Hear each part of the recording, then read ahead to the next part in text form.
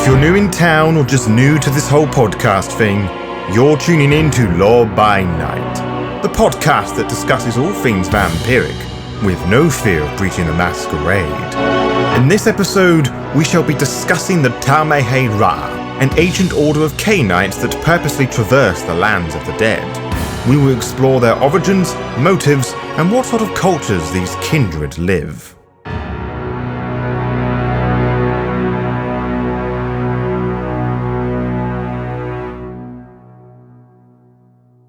Do not look so alarmed, neonate. You are not in trouble.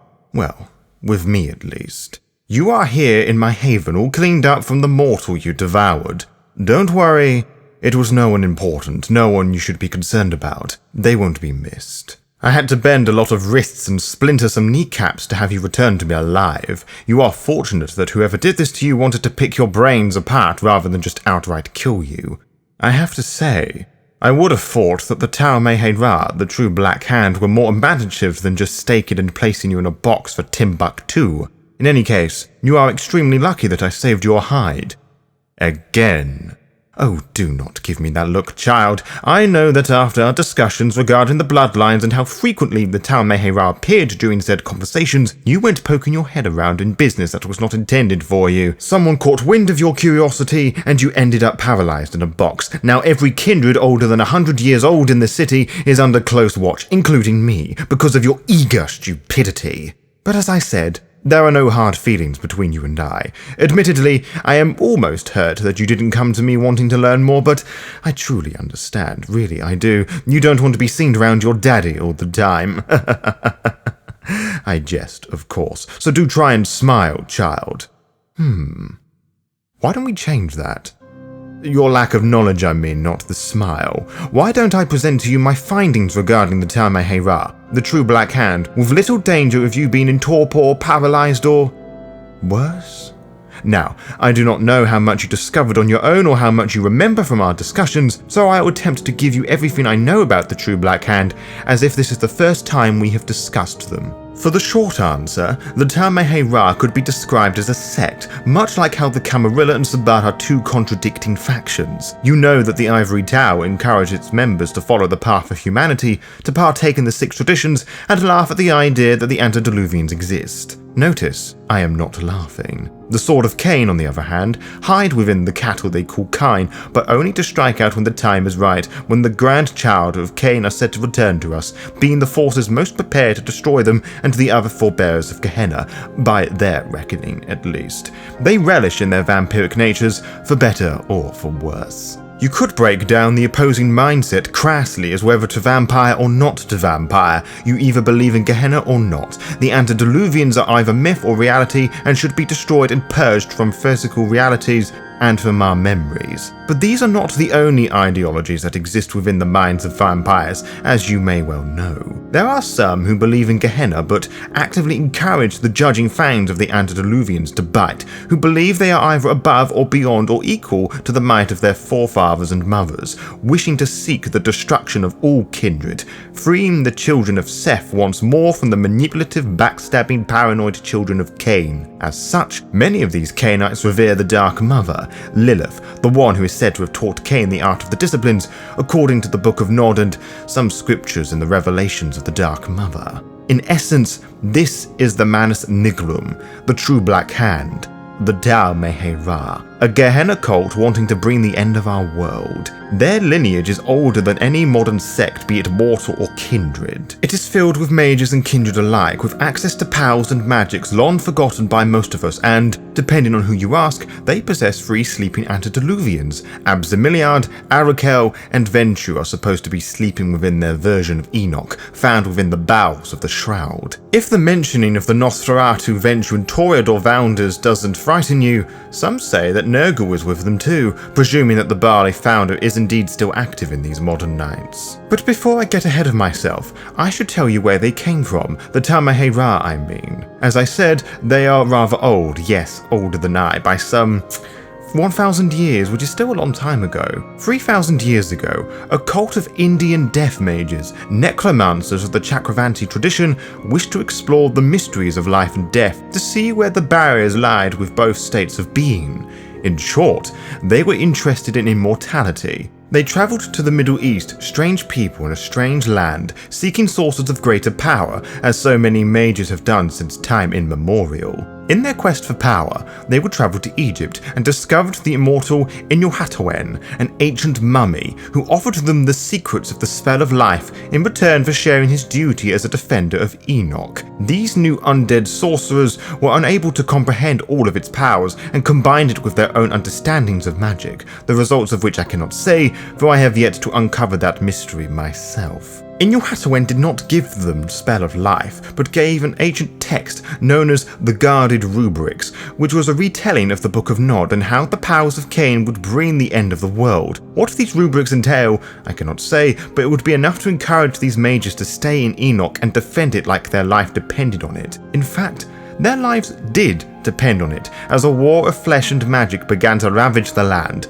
But even with such dark magics, they knew that when war broke out in Enoch, they would not survive. They sought vampiric assistance, making immortal enemies in the process, most notably the followers of Set, which of course you now know them as the Ministry. Well, the Ministry in the Western world. In Africa, the Ebony Kingdom, they still adopt the name as the followers of Set.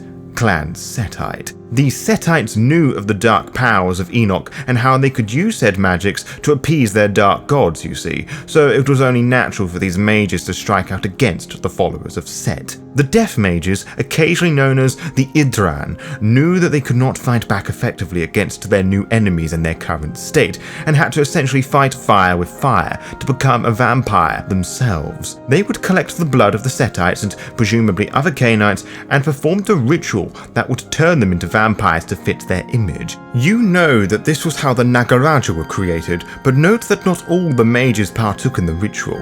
The Idran worked with the Nagaraja alongside other denizens of the night for their purposes. As war would run rampant across the first city, they would stand their ground, as promised to the ancient mummy that granted them their power. The young Tal'Mahe'Ra were not foolish. They knew that they needed more support from other clans to fight against the Setites, who they saw as a coming of Gehenna, in addition to other dark forces in the small footing of Iraq. The Nagaraja and Death Mages would seek an alliance of the descendants of Solot and Hakim, who were already combating the Balian Setites. These members of clans Salubri, Assamite, and those Iraqian Tal'Mahe'Ra mages would form the Eastern Hand at about 800 BC, with members of clan Ravno and a Ventru bloodline called the Danava joining soon after. Some 200 years later, the Western Hand was formed and would act independently from the East. The Western Hand at this time were located closer to Inuhatawen's original location and the city of Enoch,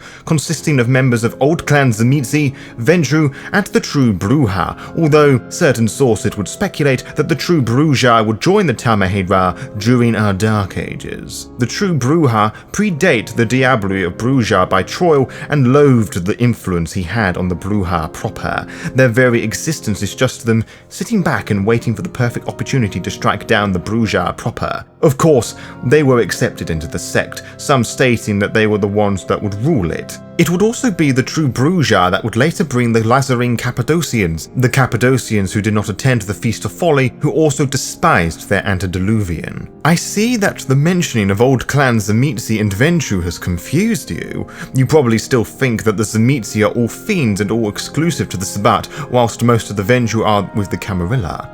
Oh, my neonate, you have so much to learn. I mentioned it when we talked about the Tzimisce, but old clan Tzimisce are very, very different from the main body of the clan. The old clan Tzimisce do not practice vicissitude, a discipline belonging to the eldest, the name assigned to their antediluvian. They believe that using the discipline was a way for the eldest to control the clan, who, in turn, was probably being controlled by the demon Kapala. Whilst not immediately obvious, the Tal'Mahe'Ra was a natural home for old clan Tzimisce. As for the Ventru, yes, the Camarilla is fashioned on their own traditions, but a large portion of the Ventru do not view themselves in the way that you would expect. Some take their infamous arrogance to the extreme. You can blame Mithras for that, who has always seen himself as a god, forming his own cult in the process, an interesting conversation for another time, perhaps. He commanded his child Criphius to learn the might of other clans, and in doing so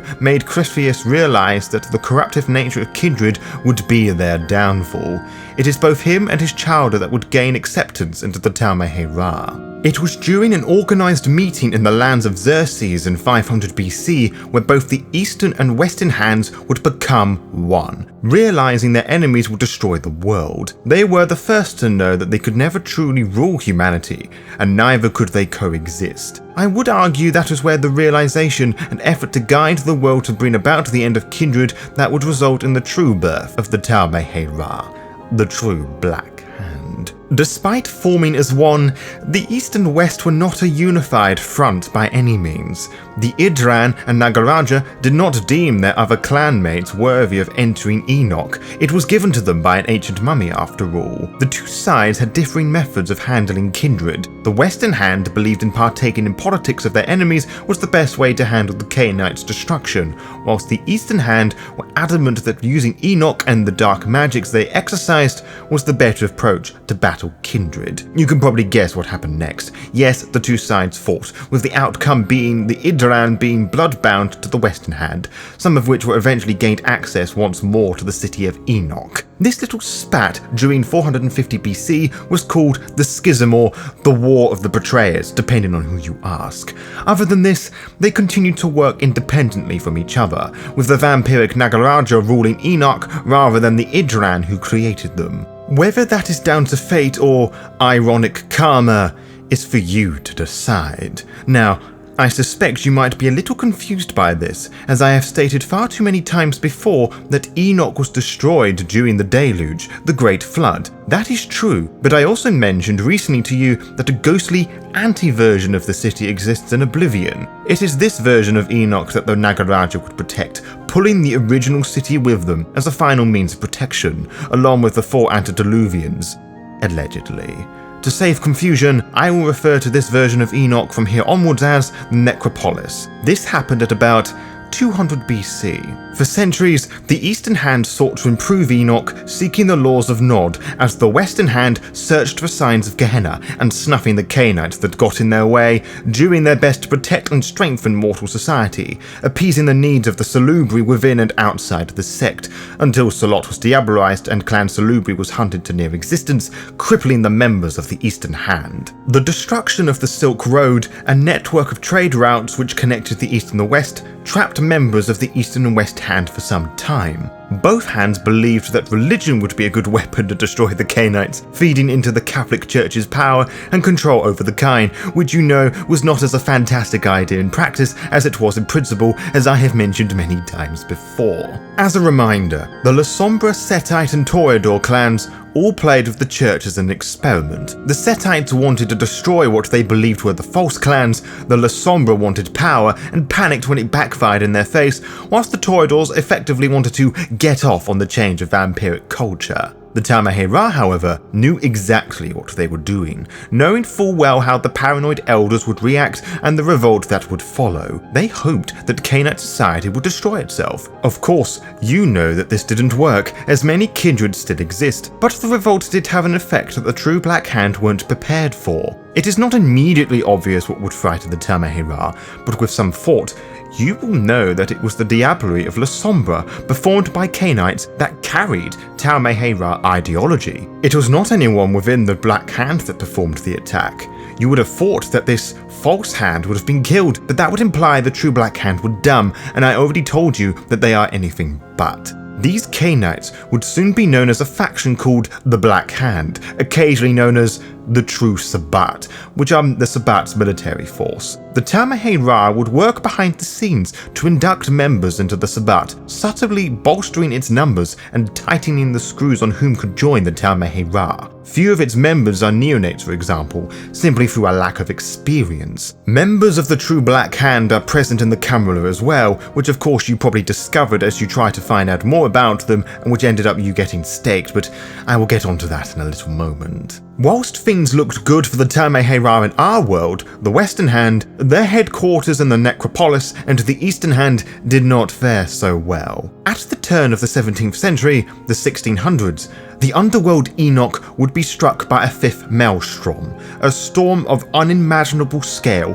mutating and twisting the necropolis, allowing ghosts to enter the city, damaging it further with their own magic. Few members of the Eastern Hand escaped, and it would take them just over 100 years to conquer it again, only able to do so with the aid of the Western Hand, who had gained more power and resources during this 100 years than the Eastern Hand did. The actual conquest itself took 3 years, from 723 to 726, led by an Andajah, who uses the title Del Ro, which I believe is Gemalesh for to serve. I believe that she still rules the sect to this night. The Skinlands, or our world, would mature, and the Tal'Mahe'Ra would become increasingly isolated from society, as its infamous exclusivity would become its downfall, with its seraphims, their names for Methuselahs, being rather ineffectual in recruiting members. The Camarilla, Sabbat, and Anarchs would grow, whilst the Tal'Mahe'Ra would become remarkably irrelevant for the most part. Naturally, this death cult would refuse to shrink out of existence. They opened their doors to members of other clans and bloodlines to join, with 2 exceptions. As previously stated, the sect has been enemies of the Setites since the very beginning, so they have never had a chance to join, and the old clan Tzimisce would not allow the Tzimisce clan to join. And for some time thereafter, any clan that ate an antediluvian were forbidden to enter the sect, which excluded the likes of Clan Bruja, Giovanni, and Tremere. There was much discussion, I'm told, who and what was allowed in, but it was the voices of the then recent harbingers of Skull saying how they didn't care much for the Giovanni anymore that they made the sect reconsider its views on which clans could and couldn't join. That being said, many Lazarene Cappadocians were still angry about Giovanni's betrayal, so these necromancers are approached with the utmost caution, but are never allowed membership inside the sect. What was unanimous amongst the sect was the dismissal of the Fin-Blooded, the Duskborn, Finbloods. I doubt our prince will listen, but there are many of its members in the Camarilla posing as Justicars, Primogen, and all the other high-ranking positions of power, none of which are gained easily, having been through some of those hoops myself in other domains. They watch and monitor the Ivory Tower's insistence of the false spreading of the antediluvians being myth and myrrh, intentionally planting doubt into Kindred's minds, enticing them to join their ranks. Others deliberately enforce this ignorance to make them all the more unprepared when the third generation arrives from their slumber. Whereas the influence they have over the Camarilla is far more subtle, the magnetism the Tal'Mahe'Ra has over the Sabbat is so great that the sect would not have existed without it. That said, manipulating the sect is far more difficult than it is the Camarilla, because of the 2 clans that rule the Sword of Cain, which are of course the Tzimisce and La Sombra. Both are unapologetic in their historical motives, if you see what I mean. The Sabbat's insistence of diablerie means that very few members become true Black Hand. Now, the Tal'Mahe'Ra does allow diablerie, but there is a distinct difference between draining the blood of traitors, strengthening the sect in the process, and just mindless bloodlust. 2/3 of the Tal'Mahe'Ra enemies are Sabbat alone. Then there is also the fact that the Sabbat have very little regards to mortality and just don't always agree of protecting them from other vampires like their secret overlords in the Tal'Mahe'Ra do. The ones who organize these infiltrators, as it were, are called the Wazirs and serve many purposes. They train Chatelings to rule domains and work aside the Kadi to manage clan interests within the sect. The Kadi are essentially the Black Hand's take on Primogens. Beneath them are the bulk of the sect, the Agents and Shakari. Whilst many of its members come from 2 large sects, the Tal'Mahe'Ra has other means of obtaining information and influencing power, be it from other secretive sources that are primarily the other cults within its orders. I was one of these said sources, but after what they did to you, that window of opportunity shall forever be closed. Anyway, these cults and orders work with the Tal'Mahe'Ra in their own way. The oldest of these are the Royal Order of the Edenic Groundskeepers, who aim to destroy the antediluvians before they wake. They despise the earth they walk and the kind they are forced to protect. The Groundskeepers don't discriminate on which generations can join their order.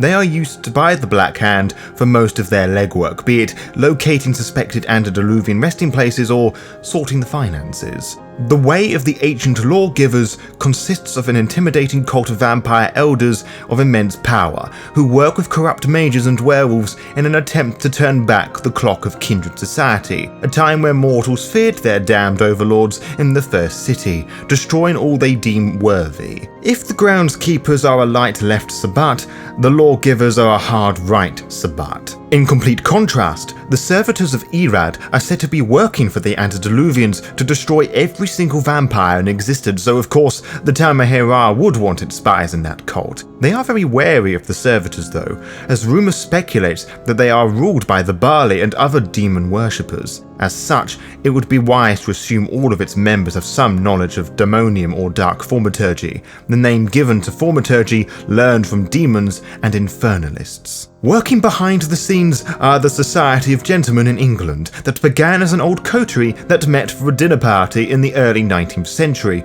wanting to create their own version of the Encyclopedia Britannica filled with Cainite knowledge. Now, you may know this vampire book or vampire books as the Encyclopedia Vampirica. One of these members of this coterie was called Sybil and is part of the Tal'Mahe'Ra, and was instructed by the sect to fill the book with lies to confuse and baffle the opposition. When the true Bruja discovered the Lazarine Cappadocians, they also bought the Capuchin, the Cappadocian or Cappadocians depending on who you ask, who rule Clan Hecata, only ever speaking to Del Ro in the Necropolis. They receive far more than they give, ultimately playing the true Black Hand. The Tal'Mahe'Ra treat the Midnight Circus as a cult to spread knowledge and data over great distances. Ruled by a Tzimisce ringmaster, Zarafanich, the freakish circus travels the world performing macabre shows with its eclectic cast of performers. Some within the Tal'Mahe'Ra speak of a 14th antediluvian, a forgotten twin sister of Malkav called Malachi, who is said to be more deranged than Malkav and those who call themselves adoptive child of Malachi and not Malkav. According to ancient transcripts, she waits for her Malkavian chowder in the Shadowlands within the Shroud, which is where the Necropolis lies, and she is able to warp reality with madness. If this is true, no one would be able to stop Malachi.